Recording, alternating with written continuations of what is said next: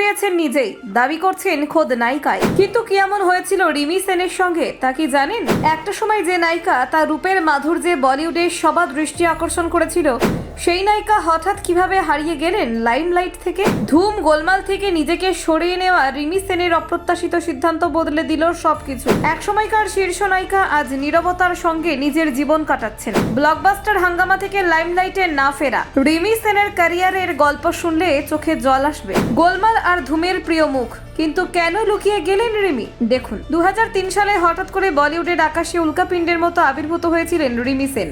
অজয় দেবগন, অক্ষয় খান্না, পরেশ রাওয়ালের মতো তারকা খচিত ছবিতে তার আত্মপ্রকাশ ছিল একেবারে ধামাকা। ছবির নাম ছিল হাঙ্গামা, যা সে বছর বক্স অফিসে সুপারহিট হয়। দর্শক মুগ্ধ হয়ে গেলেন এক নতুন মুখ দেখে, যিনি অভিনয়, নাচ আর পর্দায় উপস্থিতি দিয়ে মুহূর্তে জায়গা করে নিয়েছিলেন সবার মনে। এই ছবি তাকে বলিউডের মাটিতে দৃঢ়ভাবে প্রতিষ্ঠিত করেছিল। 1981 সালে 21শে সেপ্টেম্বর কলকাতায় জন্ম হয় শুভ মিত্রা সেনের। পরবর্তীকালে রূপলী পর্দায় তাকে চিনেছে রিমি সেন নামে। মডেলিং দিয়ে কর্মজীবন শুরু করেছিলেন, বিজ্ঞাপন জগতে জনপ্রিয় হয়ে উঠেছিলেন। সেখান থেকে সিনেমায় প্রবেশ। প্রথম ছবির সাফল্য তাকে একের পর এক সুযোগ এনে দিল, আর খুব অল্প সময়ে তিনি হয়ে উঠলেন বলিউডের প্রথম সারির নায়িকাদের মধ্যে অন্যতম। 2004 থেকে 2007 এই সময়টুকুই রিমি সেনের ক্যারিয়ারে সোনালী অধ্যায়।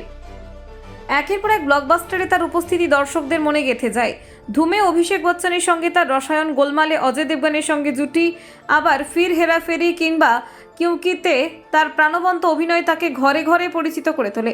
দর্শকরা তাকে বিশেষত কমেডি ঘরানার ছবিতে ভীষণভাবে পছন্দ করতেন। তবে রিমির সাফল্যের আসল রহস্য ছিল তার স্ক্রিন প্রেজেন্স এবং অসাধারণ কমিক টাইমিং। পর্দায় তিনি যেভাবে চরিত্রে প্রাণ ঢালতেন তা দর্শকদের কাছে ছিল অন্য রকমের আনন্দ। একই সঙ্গে তার গ্ল্যামারও নজর কাড়ত, ফলে পরিচালক, প্রযোজকরা তাকে নিয়ে একাধিক হিট ছবির পরিকল্পনা করেছিলেন। কিন্তু অদ্ভুতভাবে যখন ক্যারিয়ারের গ্রাফ ঊর্ধ্বমুখী, তখনই তিনি ধীরে ধীরে স্পটলাইট থেকে দূরে সরে আসতে শুরু করেন।